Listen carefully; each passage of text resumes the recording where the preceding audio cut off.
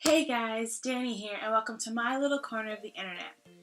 Today I'm going to talk to you guys about my experience losing all feeling in my right arm and what you guys can do to help prevent RSI, which is repetitive strain injury, and carpal tunnel. Coming up. So, this story starts about last summer, closer to the end of summer, so around July, August. I was helping my dad out with some work, so that included like painting and like construction. And I noticed that as I was painting, I would be frequently dropping the paintbrush, and my hand would start swelling to about 3 to 4 times its normal size. And that was a little bit concerning, but I didn't think too much of it. I took a picture of it, which I will put right here, and didn't really didn't really think too much of it, and it was not a big deal, but I took note of it and took a picture. Fast forward a couple of months, and this is around October, November, closer to the end of first semester for me, and I had a drawing assignment for one of my art classes, and I couldn't complete the work. Every time I would go to draw my assignment, my hand would cramp, I'd be dropping the pencil, it would shake, and it would be swelling up again, and I was starting to get a little bit more concerned. So I went to a walk-in clinic, and they told me I had tennis elbow, and I'm like, great, whatever, it's tennis elbow. They gave me a brace for it. I was wearing the brace, I was feeling a bit better, and I'm like, cool, this is solved. Obviously, telling you this story, it wasn't solved. So I was noticing that even though I took some time off and I rested my arm and I had it in this brace all the time, when I went to go do my job, which is working with children, I would get a lot more hand cramps, and it would swell just from picking up kids and holding their hands, bringing them places on the playground with them, etc. And I was really starting to get concerned. Also around this time, I stopped playing guitar, I stopped playing ukulele because it would just be too painful to do so. Obviously, I was very concerned at this point, and so I went to my family doctor. There they ordered a whole bunch of tests. I think they did an x-ray and an MRI. I'm not entirely sure, but for sure they did an x-ray. And those results actually took a very long time to come back. But from the preliminary results, they believed that my bones were shaped weirdly. So I got put in a sling and told that should help, and it didn't. But that was around January, so just around my birthday, and that's what I was dealing with at that time. I was still very much in pain. I wasn't playing at all.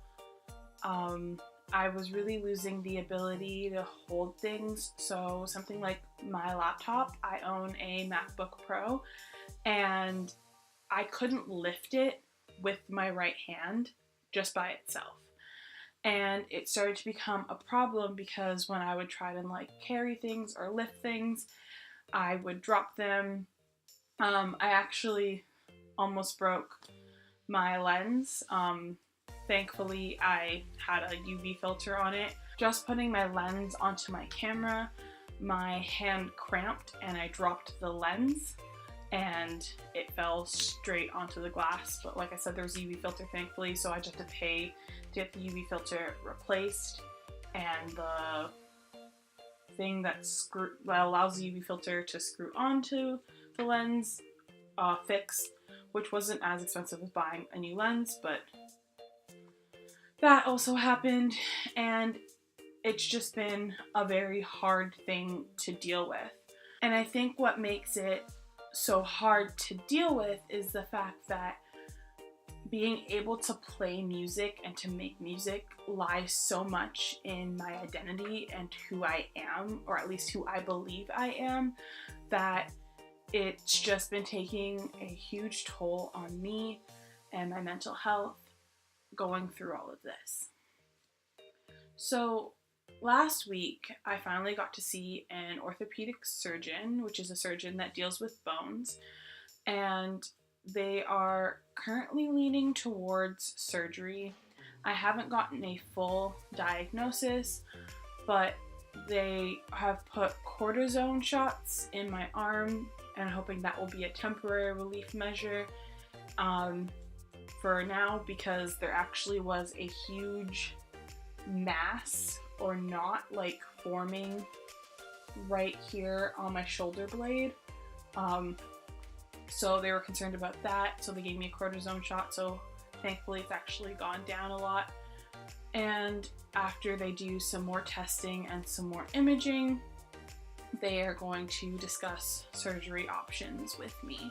That whole long story was basically to express to you and share with you my journey so that you can see the seriousness of taking care of your hands, especially as a musician.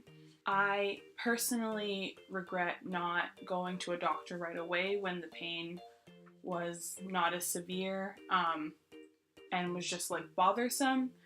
And I also regret not taking it seriously from the get-go. So hopefully this video can help you guys learn to take these things seriously, and the most important thing to do is to take care of yourselves. So for the second half of this video, I am going to give you 3 tips in helping to prevent RSI and carpal tunnel. So tip number 1 is to be aware of your pain and to take it seriously. I didn't really take my pain seriously at first, and I just kind of brushed it off. It took several months to even go to a walk-in clinic to see a doctor. So if you feel any pain whatsoever in your hand, wrist, or upper arm, especially after you've been playing an instrument or doing anything that is a repetitive task, you should go see a doctor right away.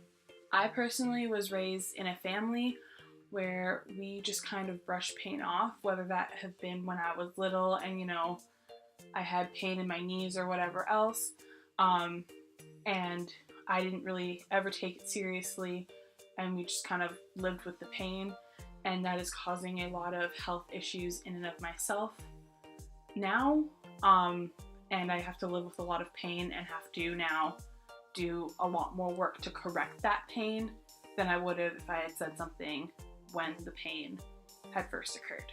The second tip is to know the warning signs.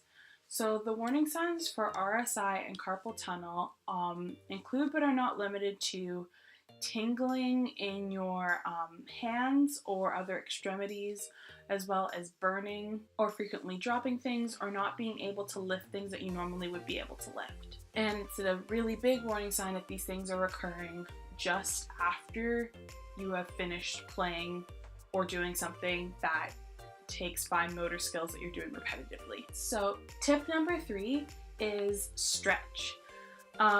I know it's super annoying to think of having to stretch your hands and arms before, during, and after you're playing your instrument, but doing so could really help prevent and reduce the symptoms of RSI and carpal tunnel. I am going to leave links down in the description for information about RSI and carpal tunnel, as well as warning signs and stretches that specifically designed for musicians to help them with RSI and carpal tunnel. I just want to thank you guys for taking the time to listen to my story and understand what's going on with me.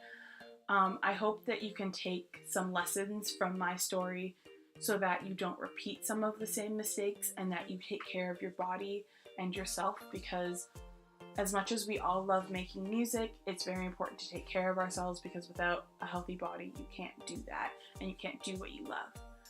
And I just want to thank you guys for watching, and if you found value in this video, consider subscribing and supporting the channel by liking this video or sharing it with someone who needs to hear the message. I hope to see you guys next week. Bye!